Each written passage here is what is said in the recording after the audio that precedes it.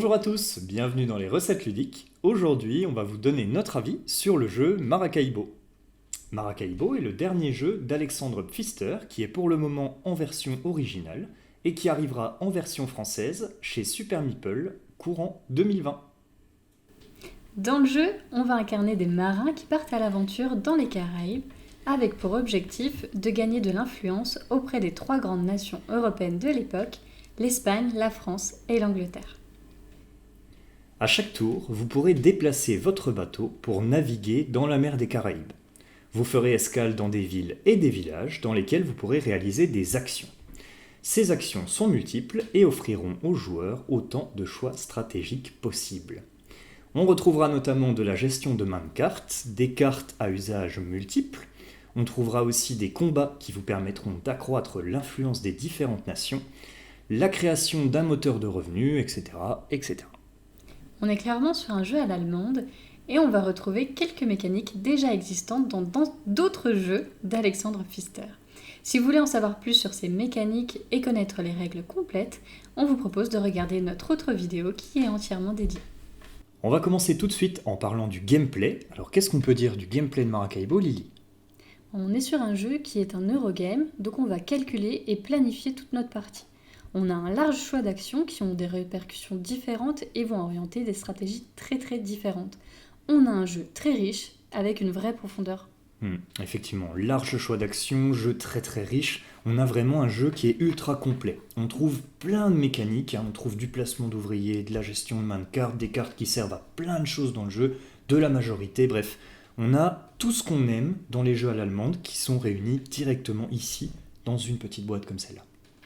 En parlant de ce qu'on aime et aussi de la sensation de jeu, je trouve qu'on a une belle montée en puissance tout au long de la partie, parce qu'on aura plusieurs choix. On va avoir la possibilité d'avoir des espions sur la carte centrale qui vont nous donner des actions supplémentaires. On a aussi la possibilité d'améliorer notre navire dans le sens que l'on souhaite pour développer les bonus qu'on souhaite, que ce soit des points de victoire, de l'argent ou encore des actions différentes.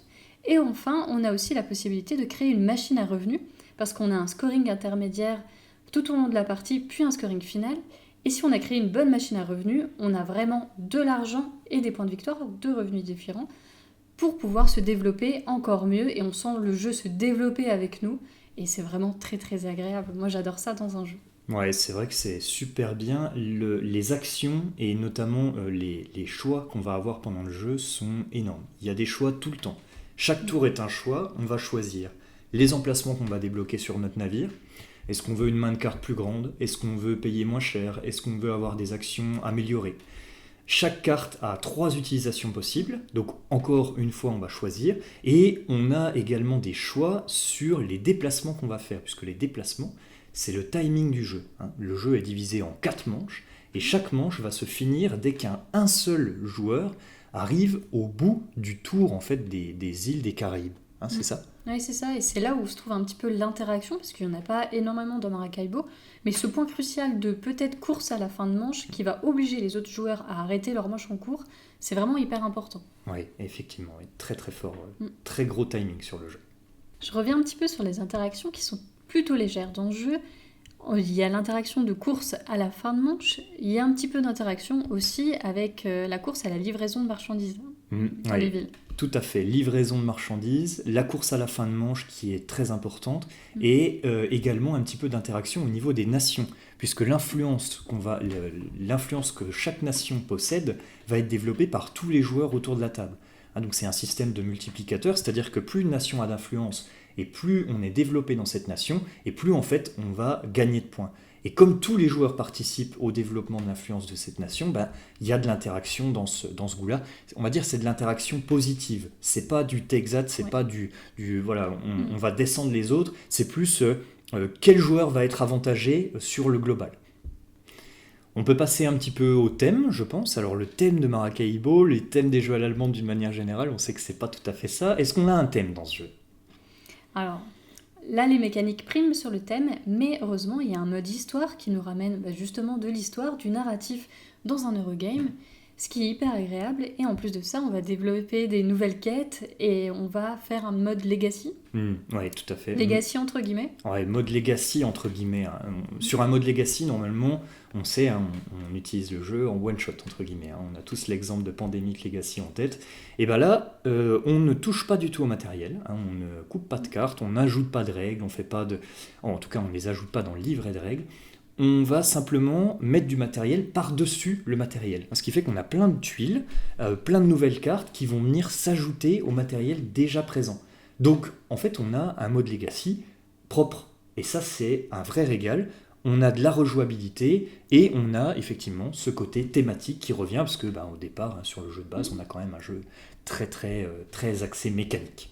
Je trouve ce mode histoire très intelligent, parce qu'on va pouvoir rejouer avec d'autres personnes, on va pouvoir prêter notre jeu si on a envie de le prêter.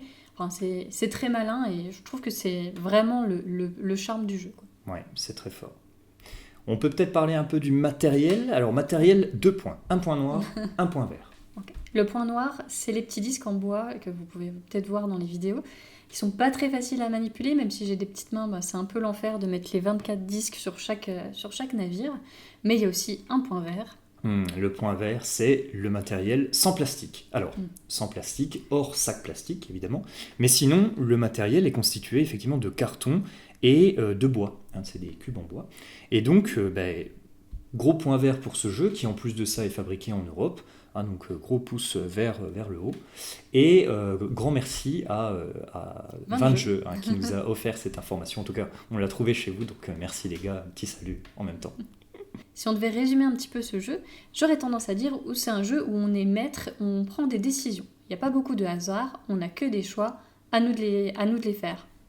Moi je dirais que c'est un jeu ultra complet qui est axé sur le timing, très important, et qui offre plein de possibilités de rejouabilité et un mode histoire qui est pour le moment un des meilleurs auxquels j'ai joué. Vous l'avez compris, on a eu un très gros coup de cœur sur ce jeu et on avait envie de vous le partager. Ça sort très bientôt chez Super Meeple en français, pendant l'année 2020. Et si jamais vous avez envie de connaître les règles complètes, on vous renvoie vers notre vidéo.